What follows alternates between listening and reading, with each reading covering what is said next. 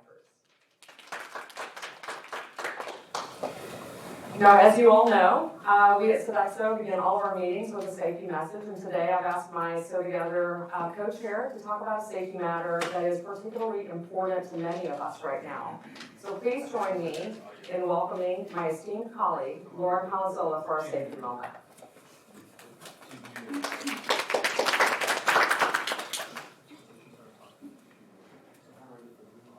Good afternoon. So a very relevant topic for today's safety moment around wildfire preparedness.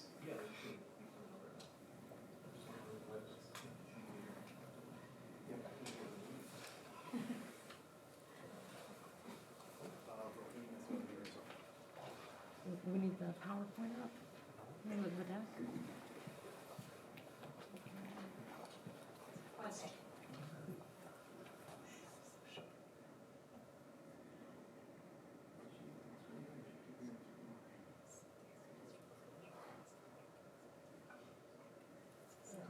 Okay, so obviously a very relevant topic here in California today, as we actually have a somewhat significant number of people that couldn't make it to today's event live because unfortunately they're in potential evacuation areas due to some of the fire activity that's happening today. So as we talk about wildfire preparedness, we want to talk about what to do ahead of time, right? What to do during the emergency, and then how to be safe afterwards as well, because obviously there are a lot of potential risks and dangers even once the imminent danger is over. So what to do now, right? So just as you would do for any emergency situation, whether you live in the Midwest and it's tornadoes or earthquakes or whatever it is you're preparing for, you want to make sure that you have emergency supplies, right? That you sign up for any community warning systems. So this is relevant not only if you live in a community that is at risk for these dangers, however, someone like me who also has business in areas that are vulnerable, I also am signed up for the community alert systems in those areas as well. This way I know I can alert staff, or I know what's happening, and can take action as necessary. In the emergency supplies, right, so you want to make sure you have food and water, obviously. In the event of a wildfire, it's also good to have some sort of breathing apparatus which would allow you to breathe without taking in all the particles and the smoke that's in the air, if possible. And then you also want to make sure that you are aware of all of the potential evacuation routes out of the area that you live if you're in a vulnerable area. So just making sure that you're aware of all the potential exit strategies. What to do during a wildfire? So, period. Do not stay behind to try to protect your home.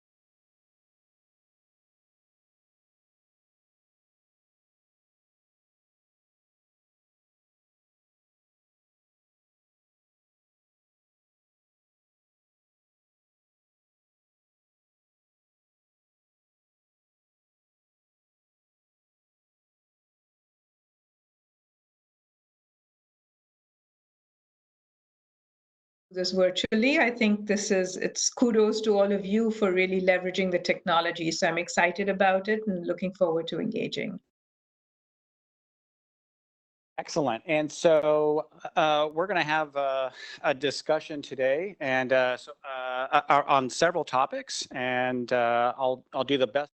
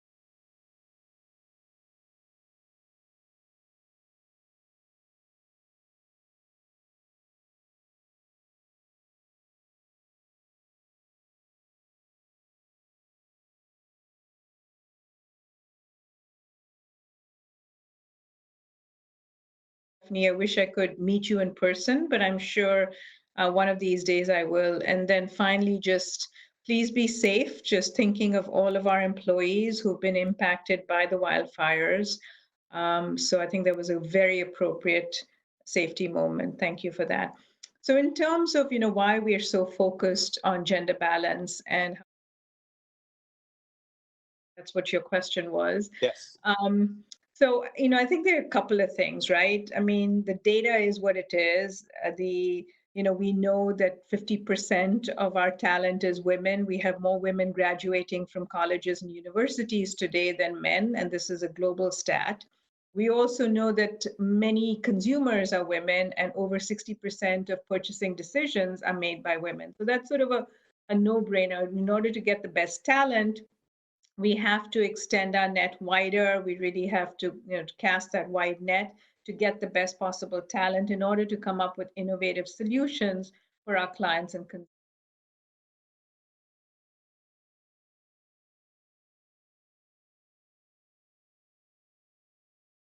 Of women. But we've taken it beyond that, Mike, and I think this is sort of what you're referring to. And what we did was we conducted a global gender, what we call a gender balance study, a gender balance business case study. And we looked at data from over 100 different entities with 50,000 managers globally. And what we did was we compared those entities that had gender balanced teams, so teams with 40 to 60% women, and used our KPIs to our key performance indicators to compare the results of those teams with teams that had either less than 40% women or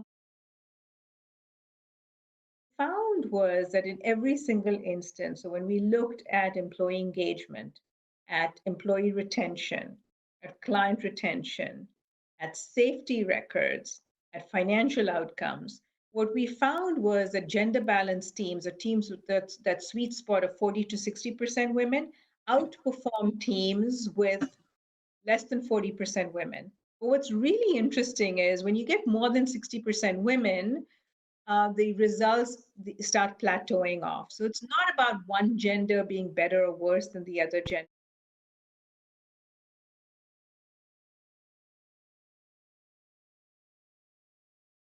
it's about business success. That's why we're so focused on gender balance and gender equity.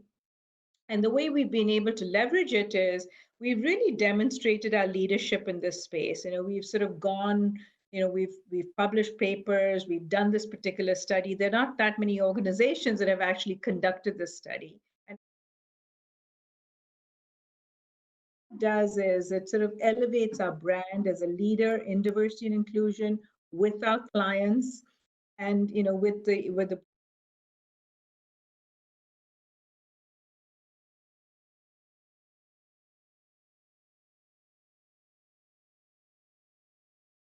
and when we look at the results, it's pretty impressive. Globally, we've gone from 17% women in our senior leadership ranks to now 36%,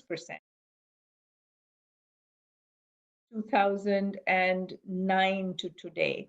So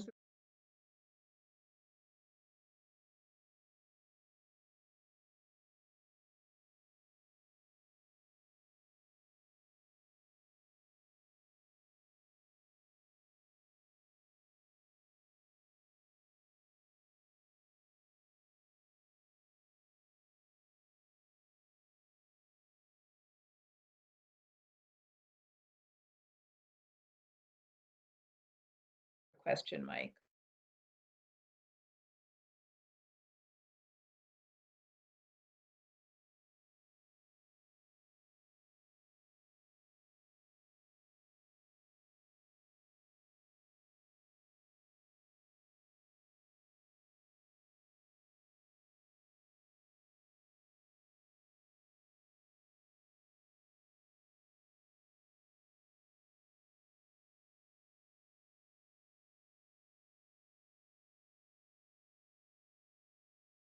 I will. That's this question. Just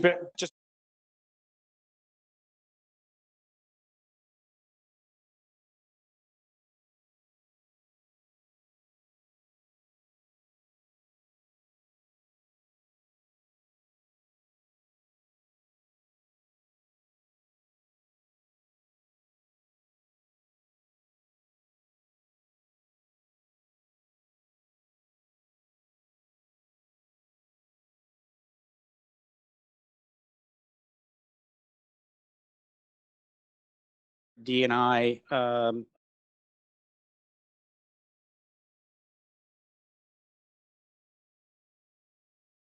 Around a long time. And yeah, I'm retiring, but I'm rewiring, as they say, right? So we'll see what that next chapter is going to be.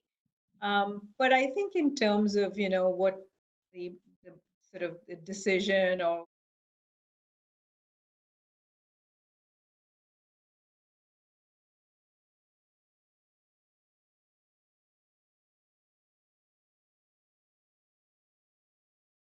our leaders today in this space. But I think most importantly, so it's been a transformation, a cultural transformation, but most importantly, I think it's been the impact on individuals' lives and careers. That's been something that's been the most gratifying. And, we've seen careers blossom over the past several years. What's interesting is that a lot of folks have actually reached out to me and said, this work, my exposure to diversity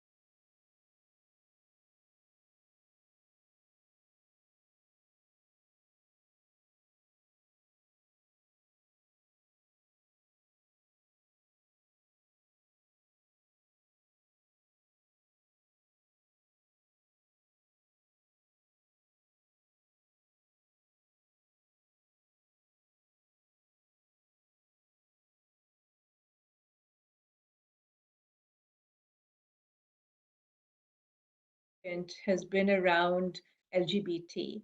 I remember very clearly when I started working in 2002, in June, it was Gay Pride Month. And there were a couple of things that we did. We posted some information about Gay Pride Month on our intranet. And I remember very clearly sort of personal hate mail that I received from individuals saying, you're corrupting the morals of the company. I remember when we had our first Capitol Pride Parade and was just basically not even 6 people that attended. fast forward to today, where we're present at Out and Equal. We have over 100 people that have marched in the Capitol Parade.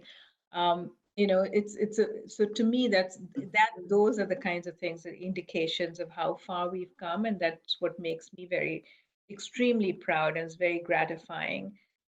In terms of the most sort of important decision, I mean, I would say in doing this work, there are a couple of things, I mean, you have to engage leaders. And I think sort of transforming the way leaders think, and transforming, their sort of approach to diversity and inclusion has really helped us to be leaders in this space. But it does take leadership commitment and engagement. And I think getting those leaders on board has been a very important, very significant step in this journey. As I recall, it wasn't easy at first with the overall strategy and the message. Yeah, you're right, Mike. And I remember Dick Macedonia, and he actually talks about this pretty openly, right? I remember the first time when we talked about a scorecard. He actually was one of those people sort of pounding on the table and saying, this is just, it's a waste of time, etc. Fast forward, soon after he retired, the only thing he chose to do was to be on diversity advisory boards, including Deloitte.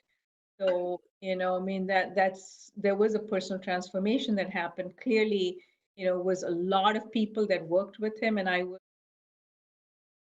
the African American Leadership Forum that really did help to kind of shape his thinking going forward. It was several conversations with them.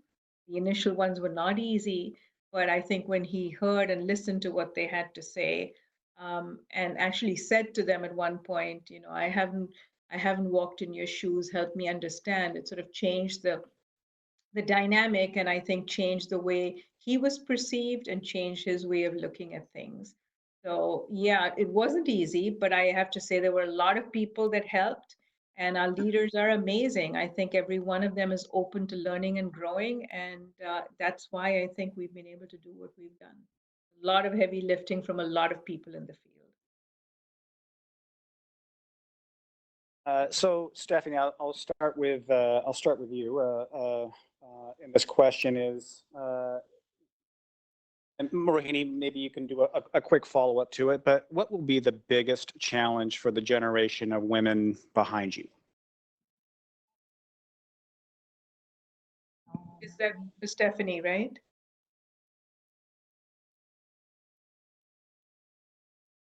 Can you hear me?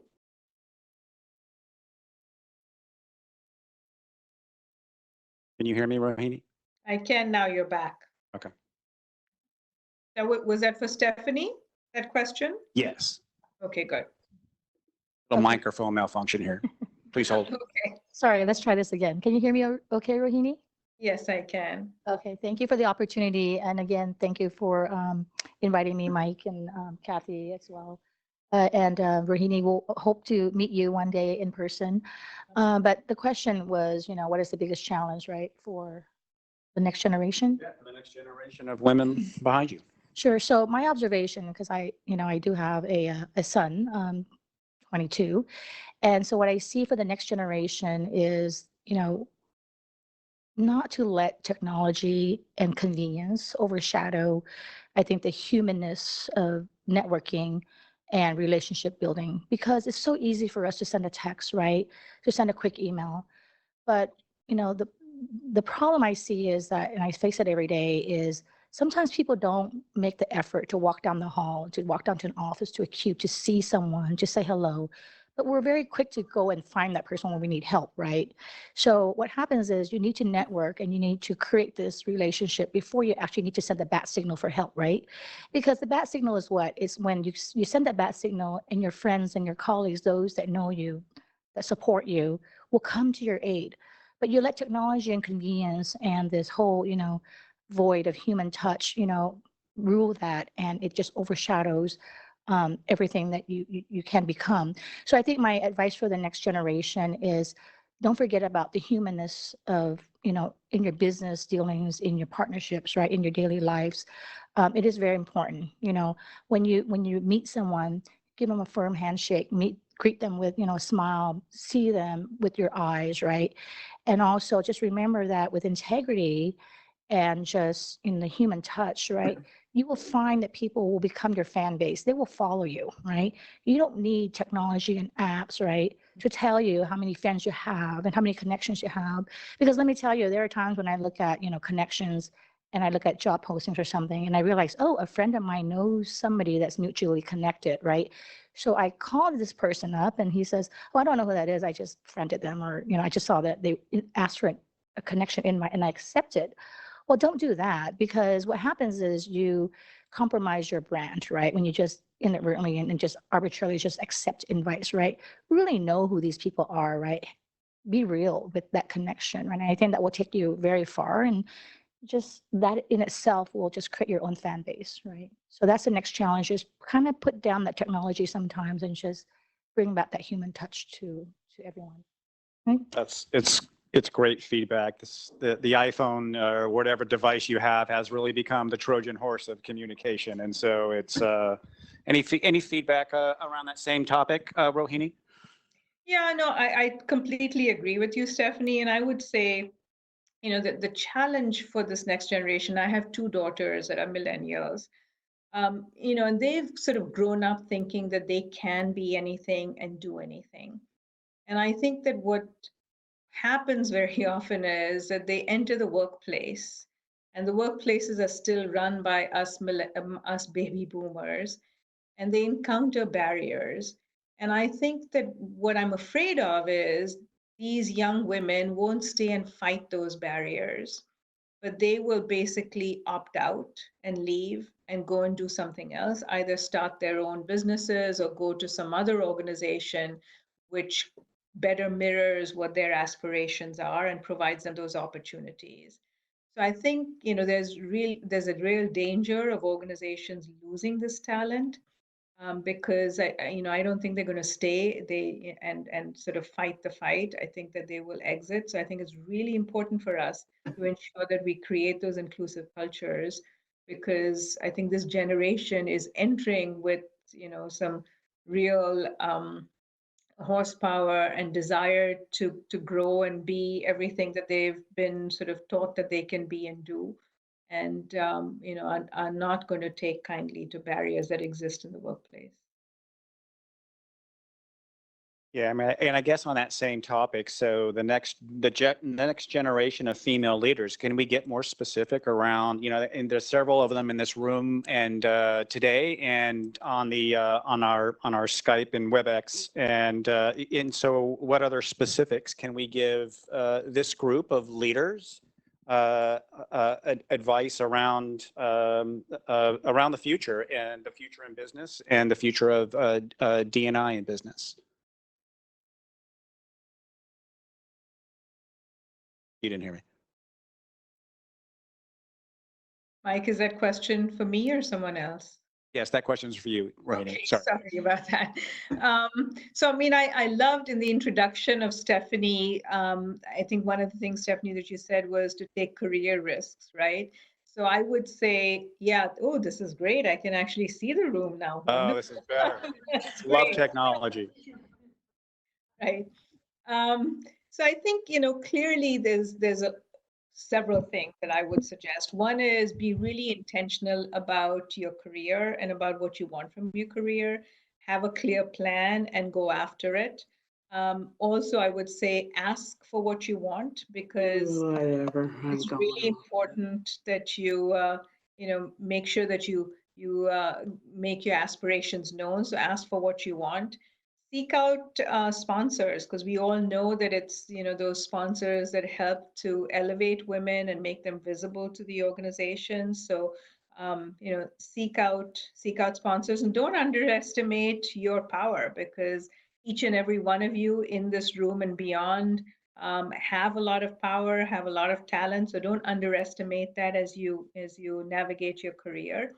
And then I would say, the last piece for me is to be authentic in your leadership style.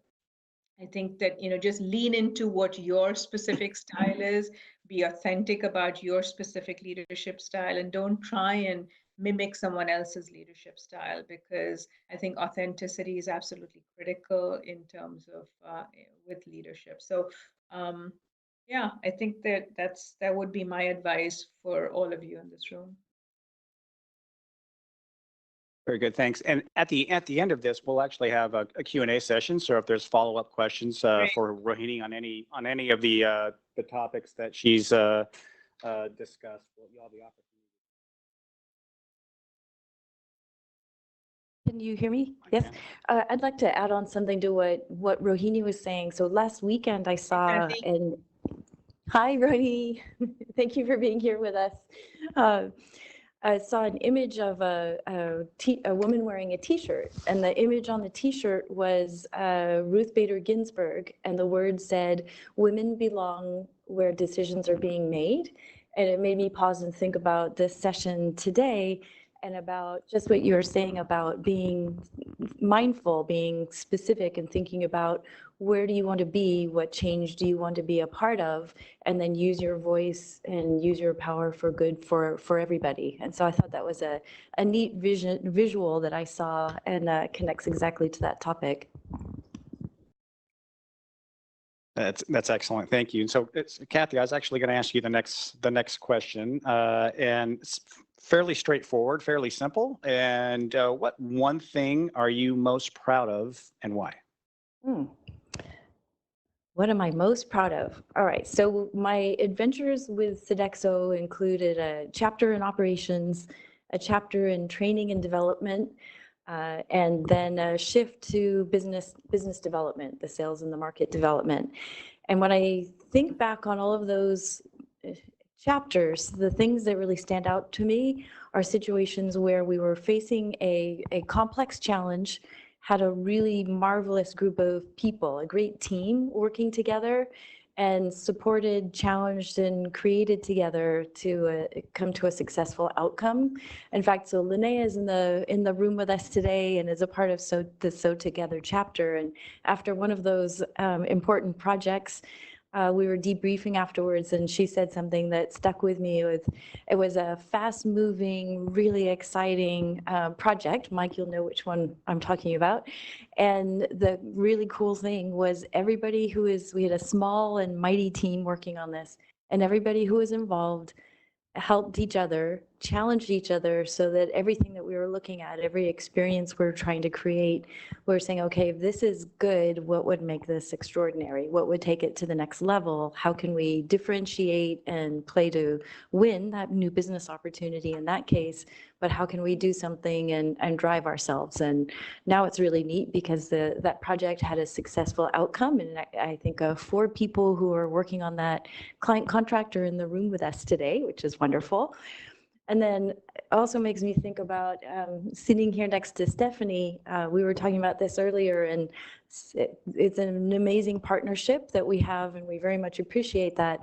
But on occasion, based on the performance of the team, Stephanie will send a message to the team and sign it, "Your client for life." And comments like that are so meaningful, or in the proof of the value of the work we're doing. So that's what makes me proud.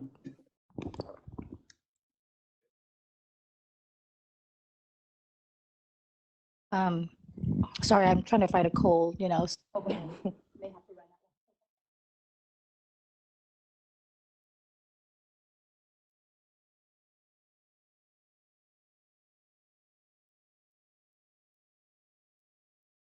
Mike, we've lost sound, and I'm just going to run and get a power cord. I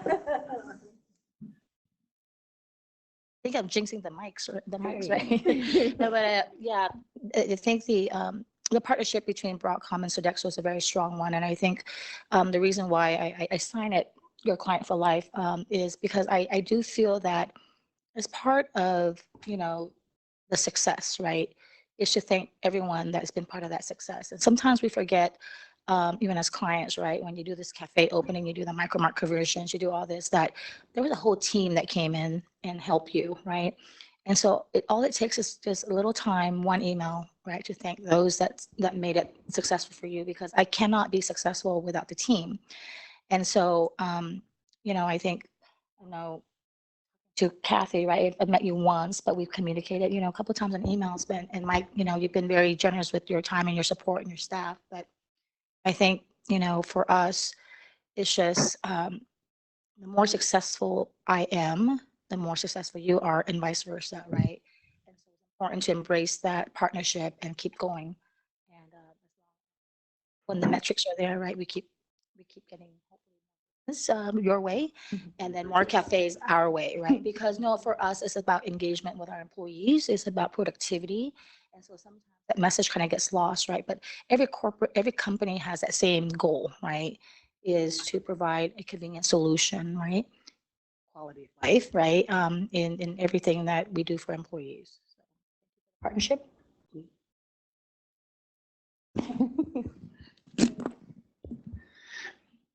Okay. So Stephanie, this question is for you, and you can hopefully that one will work. And then Rohini, if you would follow up after Stephanie. So, Sure. what women inspire you and why? So this one might be a long-winded.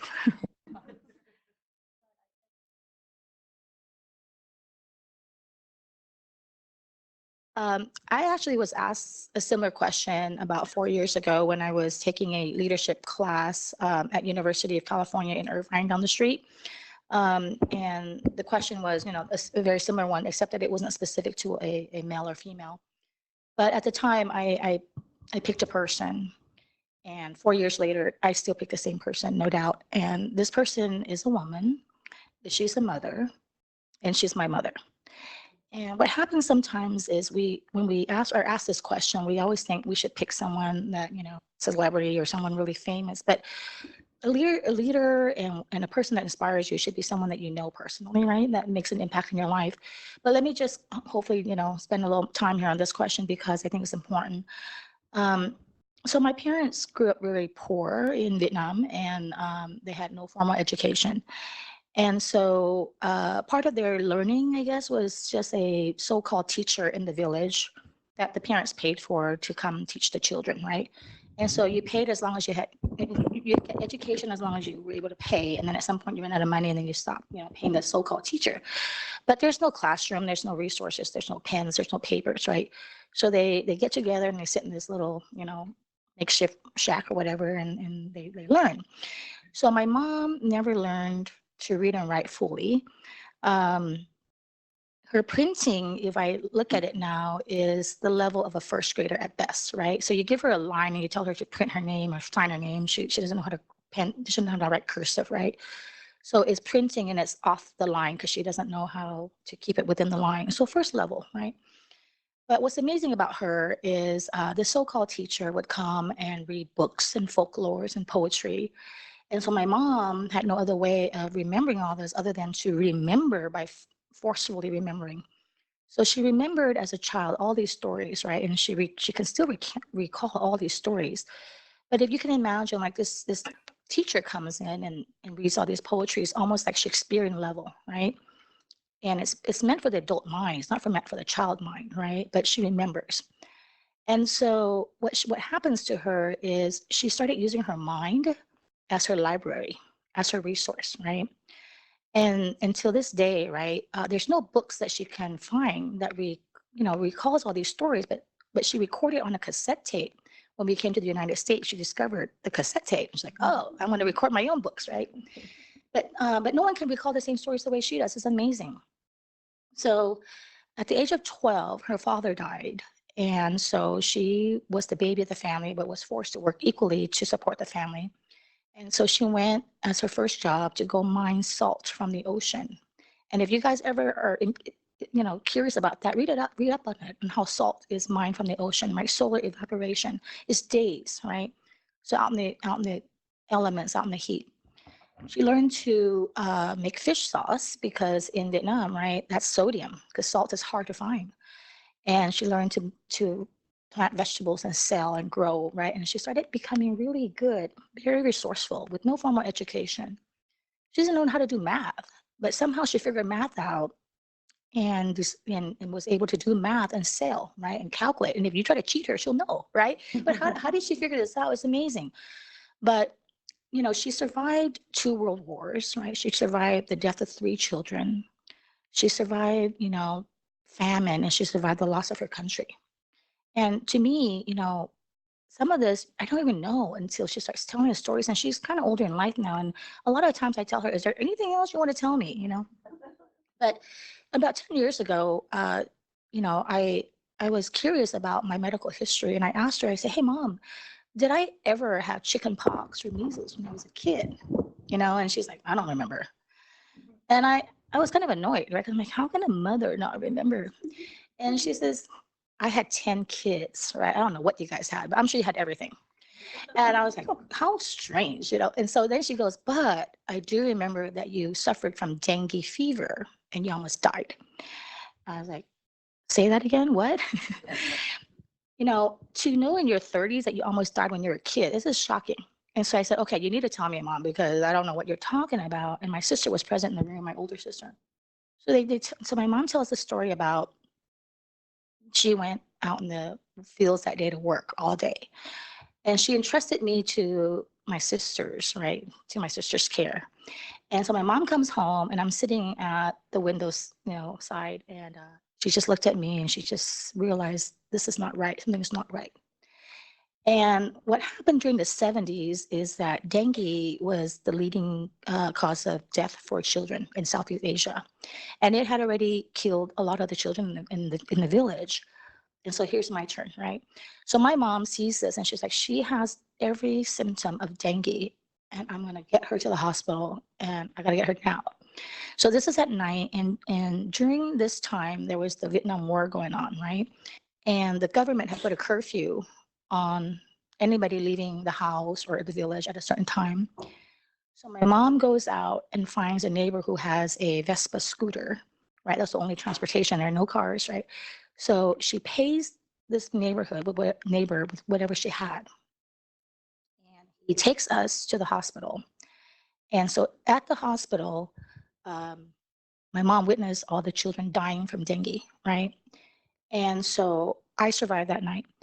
And so the nurse tells my mom the next morning that had she not brought me in that night, I would have not made it by the next morning, right?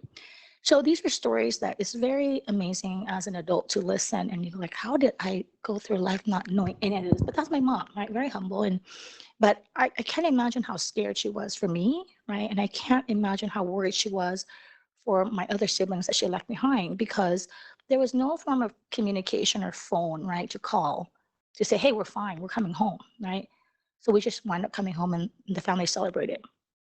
But I think, in adversity, right, in challenges, we all have that fighting spirit. We all can be leaders and we all can be inspirational.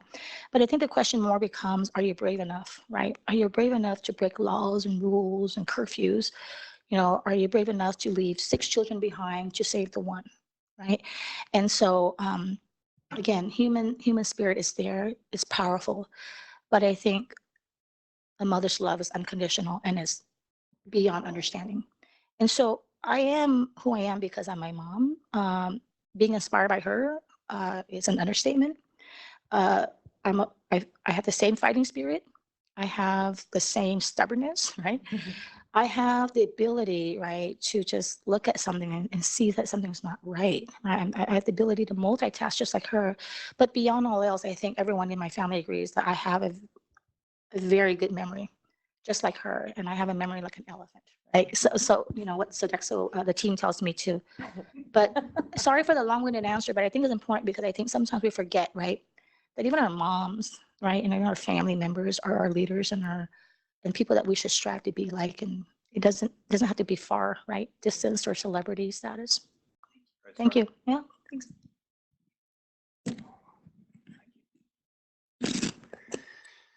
Rohini, can you tell us about a person who's had a tremendous impact on you as a leader? Yeah, so that's a tough act to follow, Stephanie. I think that the power of storytelling, I think there was just beautiful story that you shared, and you've gotten me wanting to meet your mother, so that was quite very moving. So thank you for sharing that. And on the same vein, I mean, when I think about a woman that's inspired me, women that have inspired me, it's not necessarily women that are sort of celebrities. And, I would also say that my mother is the one that has been an inspiration for me for a variety of reasons. I studied I grew up in Mumbai, India, so I'm a first generation immigrant to the United States. And growing up in India, the school system was perhaps it was quite antiquated at the time.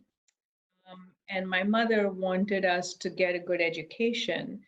So she pulled together a bunch of other women, and together they started a school, which today is called the Bombay International School, and it's very sought after and is very, recognized for its K through 12 education. So she didn't let things stop her. She basically when she found that this was a barrier, she wanted her kids to have a good education, she actually went out and just started a school.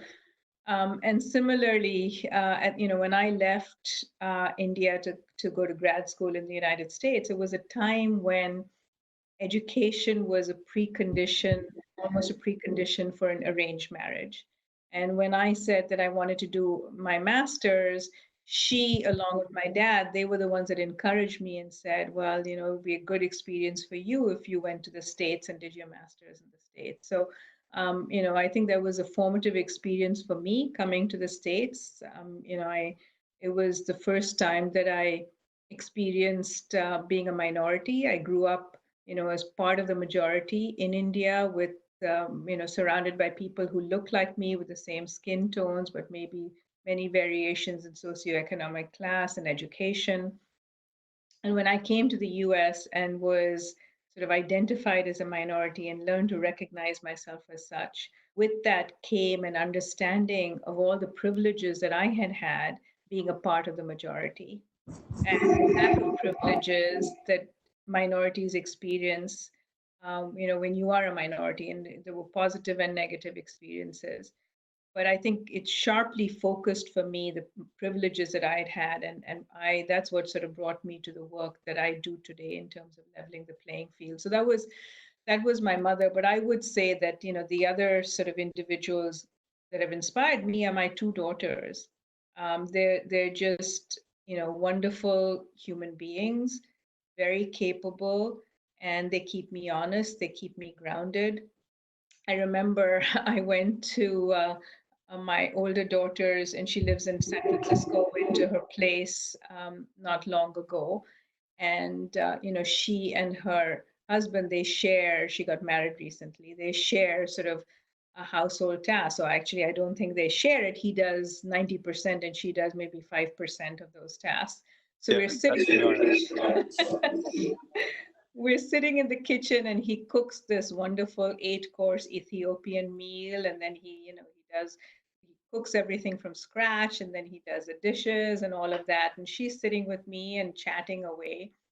And so when we went into the other room, she said, Mom, you were really uncomfortable, weren't you? I said, yeah, I was. I mean, I should have been helping. You should have been helping. I was uncomfortable. So she turned around, she said to me, she said, well, if it was a man sitting and talking to you and a woman cooking, would you have felt that uncomfortable? And it was a realization, that's what I mean, keeping me honest and keeping me grounded. So, my response to her was, what do I know? I'm a work in progress and I'm only the chief diversity officer. But calling me out, keeping me grounded, and learning from them and their passion to give back to society, it's really been an inspiration. They're cute when they're young, but when they're educated, boy, they're Right. very good. Thank you. Kathy, what is give me your best and worst decision you've made in your career? Okay, I got the pride I'll give her the easy question and then the best and worst decisions.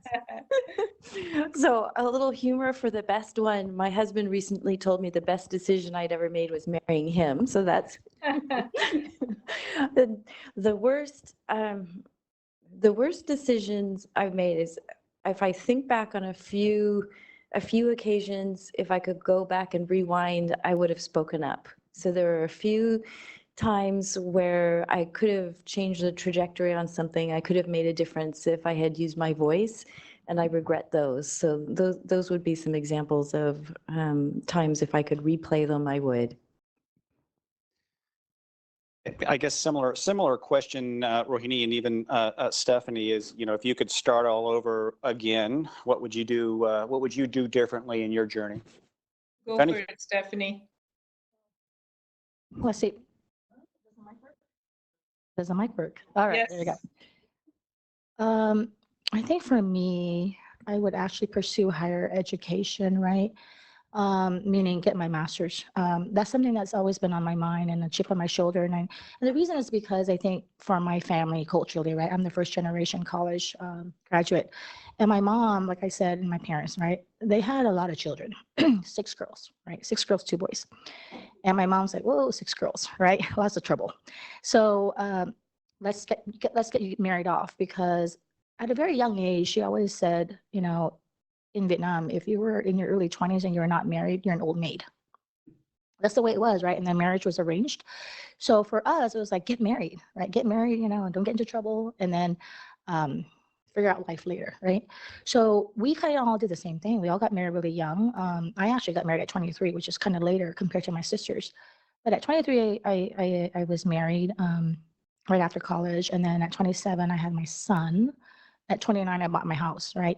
So I think priorities change, life happens, right? Money and time kind of get prioritized elsewhere. And so schooling for me became like secondary. It now became a focus, my son, right? His private schooling and all that.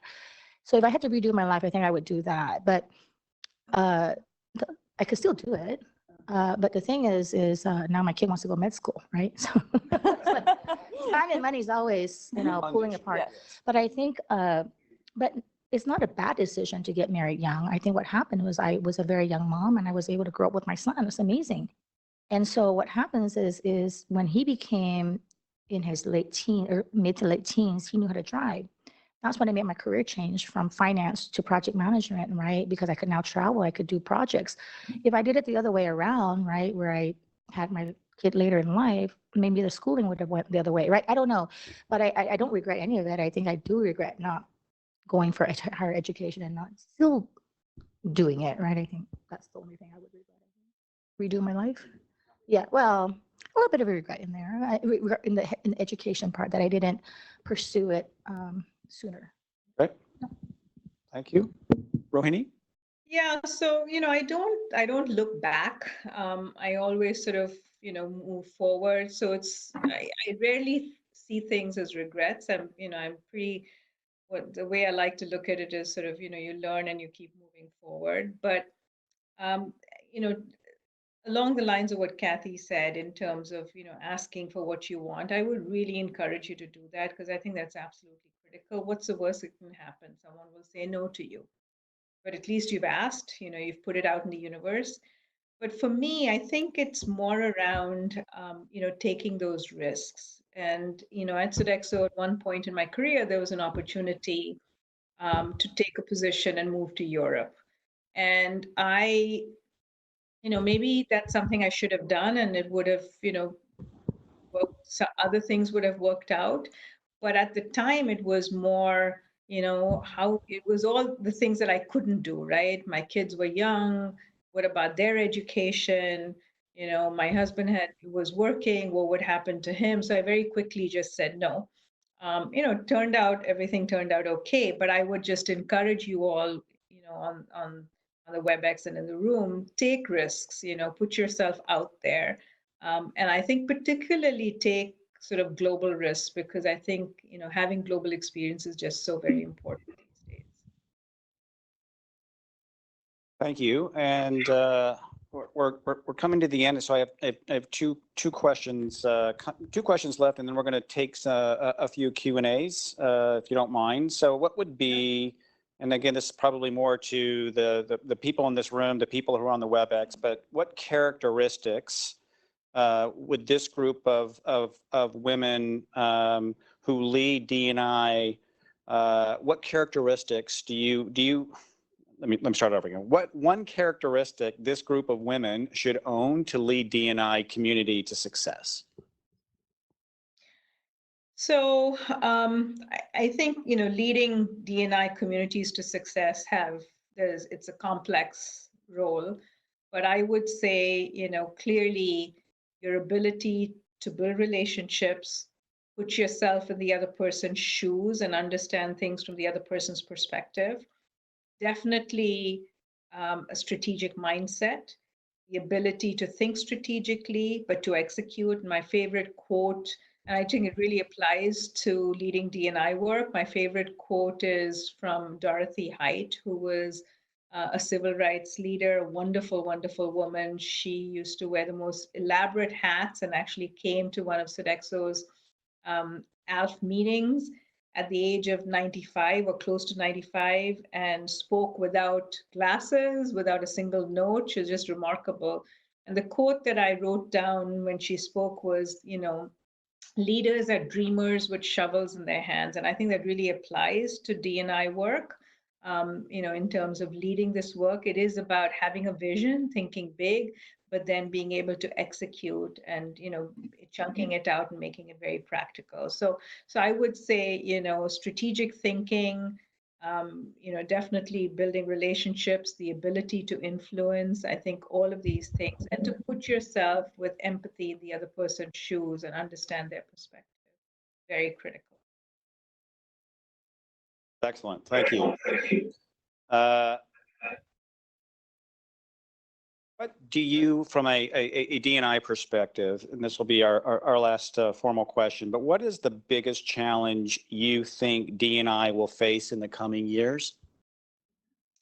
Yeah, so I think that's a great question, and I think that it's almost as though we're going to have to go back to basics. If you look around and see all that's happening both in our country as well as globally, I think there's just this, it's setting us back many, many, many decades. And I think we're going to have to go back to basics and almost start all over again to build those bridges and to sort of address unconscious biases in people's minds because they're becoming more entrenched and more reinforced. And you can see that happening all over the world.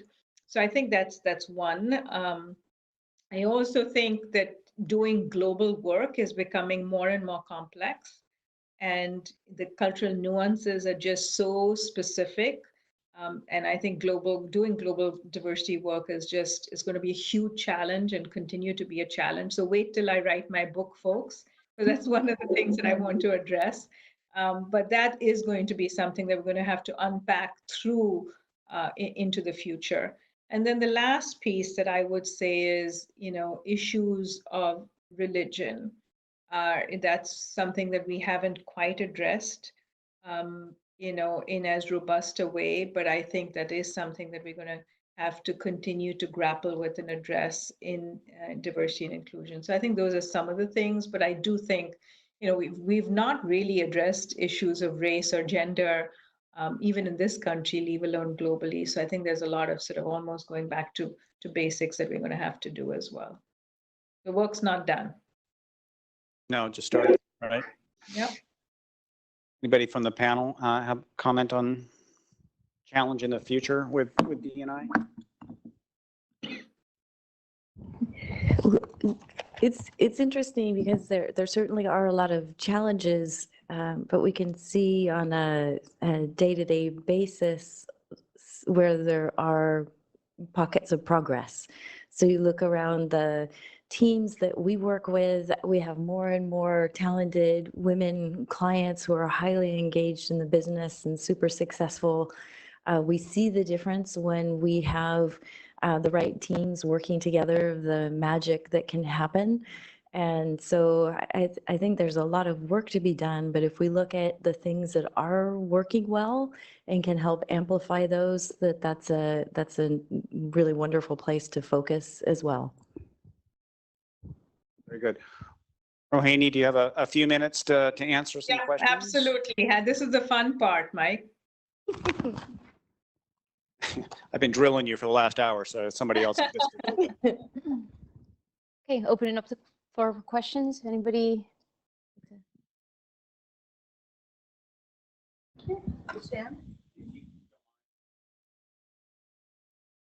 Hi, Rodini, and my name's Janet Howe. I'm the general manager for the Art Center College of Design in Pasadena, California. I've been with Hi. Sodexo for 2 years. My question is, can you tell us about the value that your role in diversity has brought to negotiations? My role in diversity has brought to negotiations. I think that's a good question. I think it goes back to the question that Mike raised, earlier. If I understand your question correctly, clearly, I think that our leadership in diversity and inclusion has been a differentiator for us as we negotiate. There are plenty of examples where clients are actually asking what we're doing in this space. And before they even ask, we're able to tell them a really good story because we've done so much. And I do think that, our competitors are nowhere on the landscape on this particular topic. So I can cite, for instance, we're doing a lot of work with Google in the APAC region around diversity and inclusion, and we're helping, them with their diversity journey. And similarly for other clients, we've been doing a lot of work to help clients with their diversity journeys. And I think that helps with negotiations. If I understand your question correctly, Yes. that certainly helps us because it differentiates us, it positions us as a leader, and it helps us with, when the values are aligned with the client's values. They want to see more women in leadership positions. They want us to help them with their diversity journeys, and we're definitely capable of doing that. And that certainly helps with negotiations.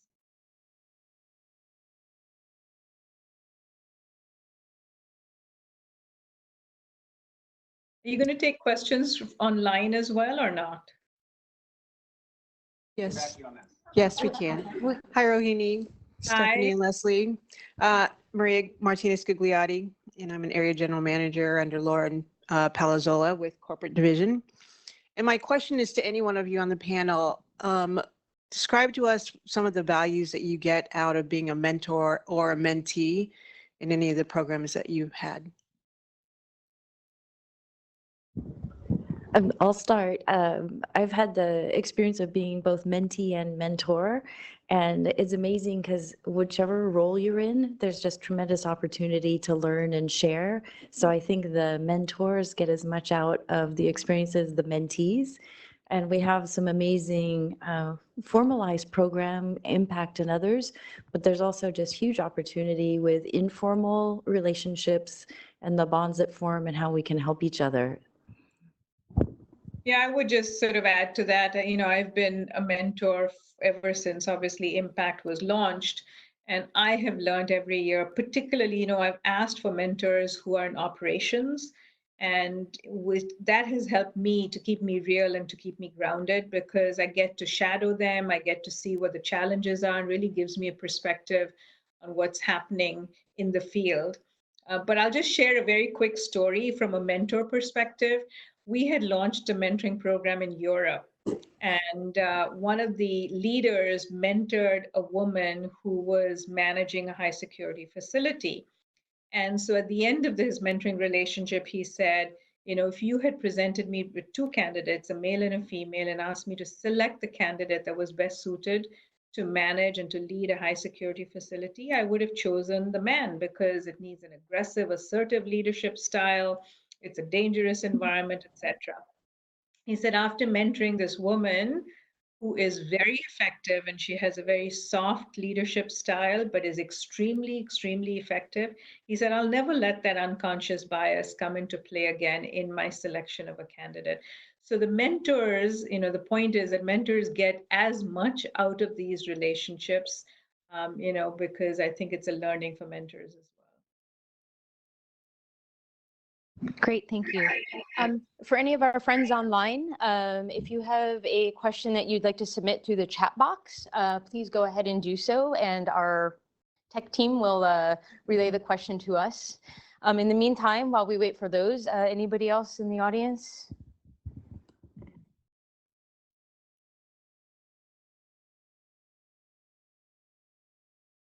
Thank you, Lauren. Hi, Rohini. My name is Don King. I'm a Vice President of Operations for Sodexo. And I guess Right. my question to you would be, what advice would you have for male leaders who are leading female diverse teams to better communicate or be more effective in our role? Yeah, I think another really good question. And I think, in all of this work, we've been focusing on women, but please know that this, we can't do this work without a partnership with men. I think it's just so critical to have male champions and male advocates. And very often, when I started this work, I realized very quickly that it was more effective for a man to carry the messages forward than to have me kind of carry these messages forward. So I encourage the men in the room to basically be those allies and carry the messages so that we can have an impact, because this work can't be done just by women working with other women. But in terms of your question about sort of more effectively managing teams of women, I think some of this has to do, with basically listening and asking. And, just basically asking your team to tell you how they would like to be managed or what would be most effective and how you communicate with them. Empower them to let you know what works, because it's not just a gender piece. Obviously, there are other dimensions that come into play. So I don't think I know, sort of a more sort of sophisticated answer than to empower the teams to ask them and let them tell you how they'd like to be managed, because I think there's nothing more effective than, listening to, your teams and allowing them to kind of guide you. Does that help? You got a big thumbs up there. Yeah, thank you. I was going to say somewhat. It's not the most sophisticated answer, but that's how I would do it. Anyone else? All right, well, I have a question, actually. So, sitting in front of a group of pretty inspirational women, right? It's easy for us to focus on how successful you've been in your career, right? But I think it's really easy to lose sight of, and I think this is important for, up and coming, women leaders, right, to understand. Easy to lose sight of the fact that you can't get to that level of success without having had some failures along the way, right? Any of you, open to any of you, most impactful failure or one of the most impactful failures in your career that you wouldn't mind being vulnerable enough to share?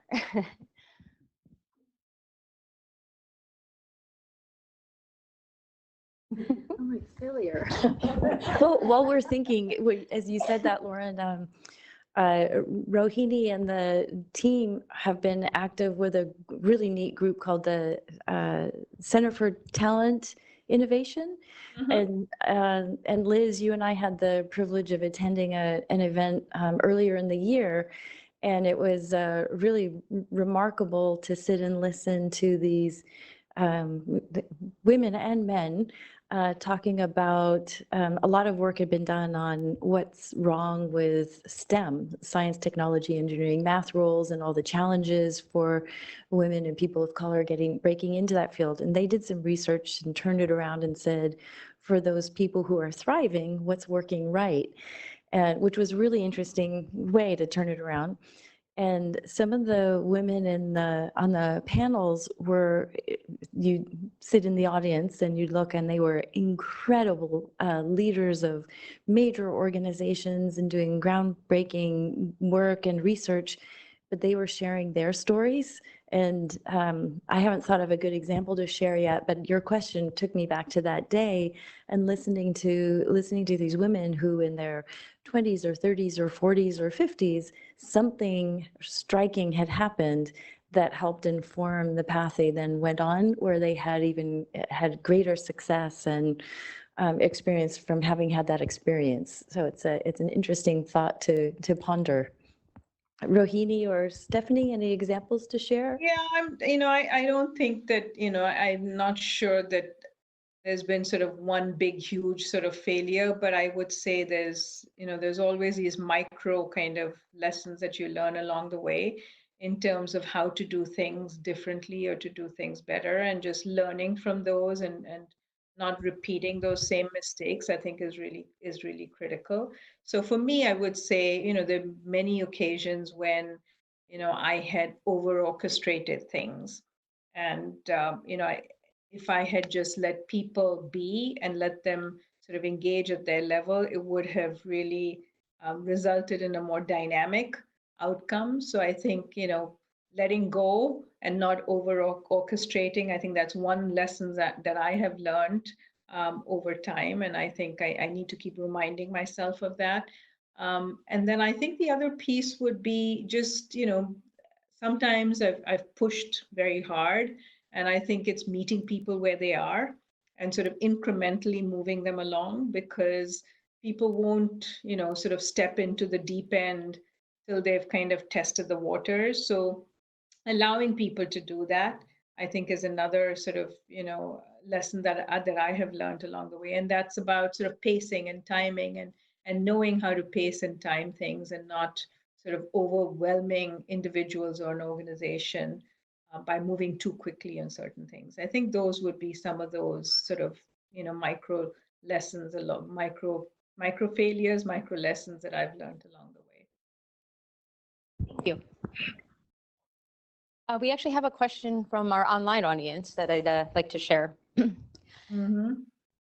Yeah. Can culture, gender, nationality, or social class have an effect on communication? Does your communication style change based on your audience? 100%, I'd say yes. I think that you really have to have that emotional intelligence to sort of understand who the audience is, and to be able to, sort of customize your communication style based on that. So when I've traveled around the world, based on the nationality, I have really changed my communication style. There's some cultures in which, cracking a joke, humor is an absolute no-no, and sort of making light of things is an absolute no-no. So I think being, sort of being aware of that and managing that through your communication is absolutely critical. And in other instances, I think going in and sort of starting with your credentials and facts is very important. So I think it's really important, particularly when you're doing global work, but I think in any situation, to know your audience. But certainly the communication style has, in my case, I've changed it, every single time that I travel, based on the audience, based on the level of education, based on gender, based on nationality. I'll share with you a really quick story. And some of this has to do with listening, right? So I mentioned that I grew up in India, and I came to the US and started doing this work, and then went back to India with Sodexo to do some D&I work in India. It was my first trip there early on when we launched this work. And I sort of thought that I knew all the answers in terms of what women in mid-level management or entry-level management would want in the workplace, mentoring, networking, all of these things. And then when I actually sat there and took the time to listen to what they wanted and ask them what they wanted, they said something to me that completely took me by surprise, because I had, almost forgotten this cultural context and had to be reminded of it. So what they said to me was, in India, a lot of women live, or a lot of families live in joint families. So because, property is expensive, etc. So you'll have the son living with his parents, so living with the family with his parents, so the woman lives with her in-laws. And so what the women said to me was, can you help us to change this dynamic? Because when we go home in the evening, we have to make the meal in the evening, we have to cook dinner, We have to take care of the house. And if we go home late, we're chastised for going home late because so we can't stay late in the office. And I was sort of sitting there racking my brains as to, how the heck are we going to help them solve this societal problem? Um, and then they came up with a solution and they said, maybe you could do a recognition day. So we actually put in place a recognition day, invited the extended family, gave these women awards and recognized them for what they were doing. And it helped to change the dynamic because now when they went home, occasionally the food would be cooked and they wouldn't be, the mother-in-law wouldn't be that upset or angry because, so this is sort of a funny story, but it really does speak to the fact that you have to sort of adjust your mindset in the different contexts that you're entering, and certainly a communication. Thank you. We have a question from Melody Miranda. She's an area executive chef, and my dear friend, and Rohini and Kathy Lysis, we'd love to ask this question of you both. Melody asks, how have you been balancing and how do you balance success and family? It can get tough to balance, especially with success and young children. How can you help us? You want to go, one of you? You want me to go? You start, I'll follow. Okay. Yeah, it's not easy, and I don't think there's an easy solution because, everyone's situation is very different. So in my case, I've been very fortunate because I have an extremely supportive spouse. And, when I have traveled, he has been there sort of doing what needed to be done with the kids when they were younger, etc. Not everyone has that, and I realize that. So, I know I'm speaking from a place of privilege on this particular point. But I know I know that when there was a point when my kids would actually go to him, to my husband for everything, to their father for everything. And even when I was in town and I felt kind of displaced, and I asked them, I said, why don't you recall me? And they said, well, Mom, you never answer your phone, you're never reachable, so there's no point us trying. But I realize that it's a privileged situation that I'm speaking from. Having said that, I think creating that support structure is absolutely critical. Obviously, whatever the support structure looks like, whether it is family or friends, I think it's important. There's no magic solution to this, and I think unfortunately there's always a sense of I'm not doing either thing right, and that is a burden very often that women bear, that I'm not giving my whole self to my work and I'm not certainly not giving my whole self to my kids. But just know that whatever you do is the right thing, and I think just lean into that, and I think develop the support structure, whatever that might be like. Stephanie, Kathy. Thanks, Rohini.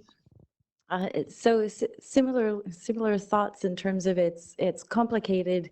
I don't have children, but I have it sounds silly, but the complexity of having a dog, and they need care too. And my husband and I have, over the course of our relationship, both traveled a lot. And so we've had some really interesting times balancing, very intense work periods, travel, home, staying connected together, being involved with our parents and our siblings and our nieces and nephews. And it is complicated. And we found we needed to really pause and talk about it periodically and touch base and make sure we're thinking creatively, and how do you create that network, and what are some of the sometimes simple things you can do to help each other or engage your broader community. And then the other thing is thinking about what rejuvenates you. So we were talking earlier about what do you do when you're not working, and Steffi and I both said we need a bit more sleep. So how do we create time for more rest and recovery?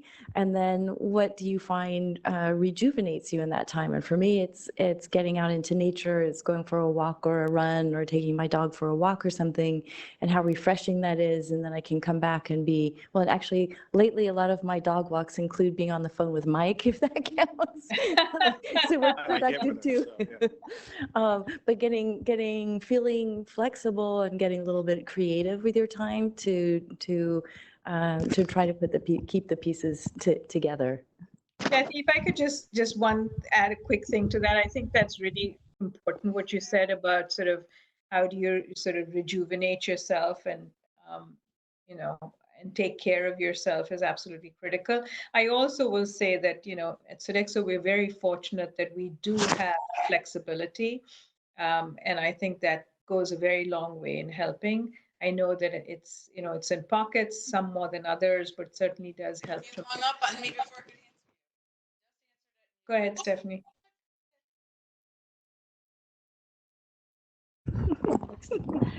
I just wanted to share a little, maybe a different viewpoint. You know, I was talking about my son, and when he was old enough to drive, I decided to make a career change, right? And absolutely, Rohini and Kathy, it is all about the support system, right? The support cast.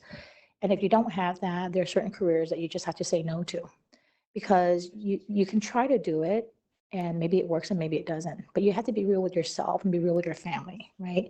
And so I told my husband and my son at the time that when I was going to switch over from the finance, you know, desktop, you know, just go on your desk and sit all day, to a travel job, that it was going to be probably only 2 years, right? Let's try it out. And I actually got good at it. You know, I got good at it, and people realized I was good, and they started telling me, you need to do more international, more bigger, you know, which was fine. But what happens to the 2 years that I had originally, you know, talked about? So we progress and we say, yeah, let's do, you know, keep going and see what happens. But what happened to a colleague of mine actually was she actually had started a family later in life and had her children later in life. And so when the first child, right, was born, she couldn't travel so much, right? And so she was saying no to certain travels and saying no to responsibilities that were inherent to the job. And at some point, you know, I had to tell her, right, this might not be right for you anymore as a friend. And I'm telling you, because how can this get any better, right? So sometimes you have to hit that reset button and say, you can still stay within the same company, right? Have that conversation with your management, right? There are other options, there are other jobs that can fit, right? Work-life balance, and we all want that. So you can be successful doing something else, right? And it could be the same company, it could be a different company, but don't forget that angle either, that you don't feel that you have to be forced doing something, right? That it hurts your personal life as well. Thank you. Okay, one more question from our friends online. Do you think that some of the basics will assist women and men become greater leaders? Ability to listen, ability to put oneself in others' shoes, speaking well and knowledgeably, as well as having the ability to open yourself up to others, being approachable, as well as appearance, meaning attire.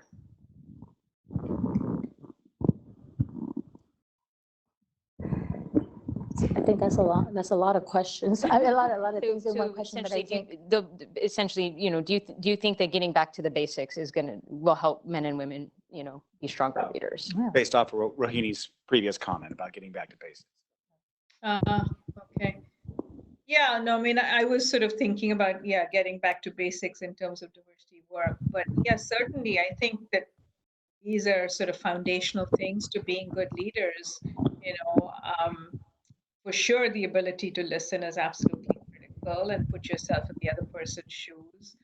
To be approachable, to be, you know, be able to build those relationships, as well as appearance, meaning attire. I mean, I think it is a whole package, because I think all of these pieces go into how you're perceived, how you come across, and certainly, you know, help. These are all the sort of fundamental things that help individuals, men and women, be better leaders. I would agree. Yes. I think that'll wrap up our question and answer. So I'll turn it over to Charlene. Thank you. Thank you all for being here with us today. Thank you, Mike and Stephanie and Kathy and Rohini. Appreciate your time so much today. We also wanted to thank the catering group here. I don't know if they're all still here. You're amazing. Michelle, Chef Dylan, and Laquita, thank you so much for having us in your place today. We appreciate that. So the team and I wanted to find something very, very special to thank you all for your time. And as we heard today, everything should have a very good story. Sorry, I'm going to try to do this without making a mess here. We wanted to have something to give to each one of you that represented our state. It also reminded you of why we're all here together today, and kind of represented what we can all do together. So I was assigned this part of the event, and so I thought a long time, what could I do? What would be representative of our state of California? And I thought the easy one would be to get you all a bottle of wine. Well, I didn't do that. So I thought long and hard, and I found an artist, a local artist from my hometown, and he and I had a conversation. And I walked into a shop where he was selling his art, and I was like, oh, I wonder if he could do something special for me. So I have a gift for each one of you, and I want to unwrap this one here. This here is a piece of blown glass, and it is represented a diversity globe.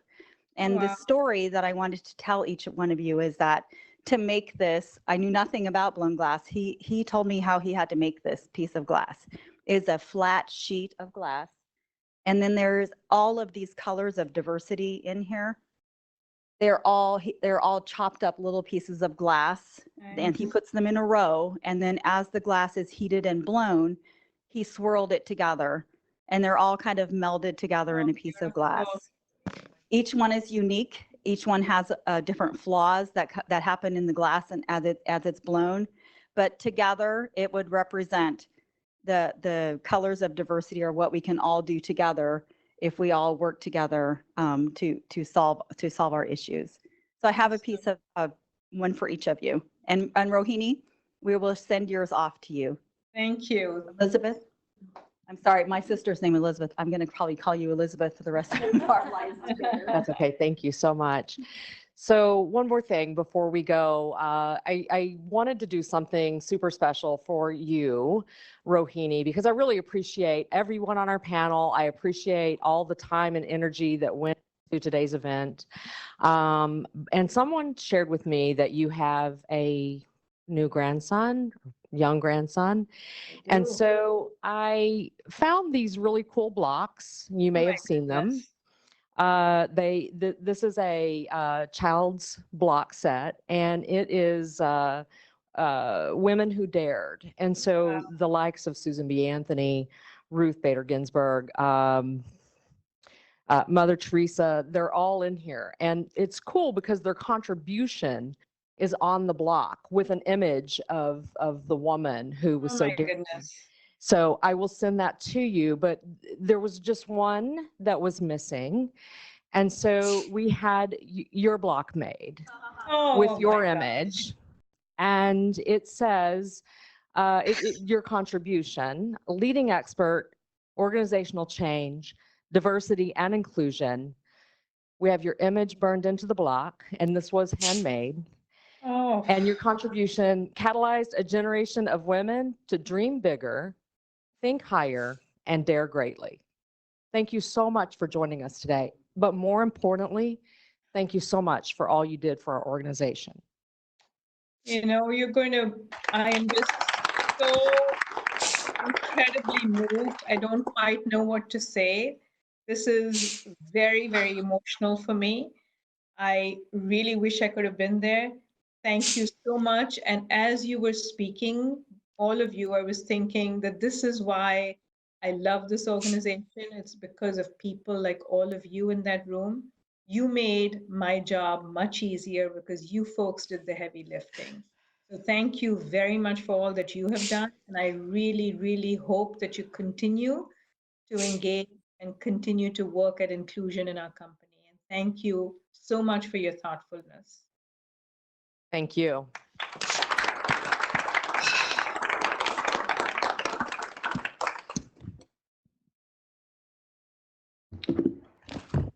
Okay. So that's the end of the program today. Thank you again to the panel, Rohini, Stephanie, and Kathy. again, thank you, Chef Dylan. The food is amazing. I really, you never seem to amaze me. I'd also like to, one introduction. I didn't do early on, but I'm sure he'd love to meet you. But David Bailey, our corporate services CEO for North America, UK, and Ireland, is actually here today. And my new boss, and we spent the day together just talking about the business. We'll do it again tomorrow as well. But thank you for being here. Appreciate it. And David has been a strong supporter of diversity and inclusion in the UK and Ireland as well. So I know that he's looking forward to seeing what you folks are going to do. Hi, David. Thanks for that. All right, and thank you, Liz, and the Sew Together team for putting this together. What a very special day. Thank you. Thank you.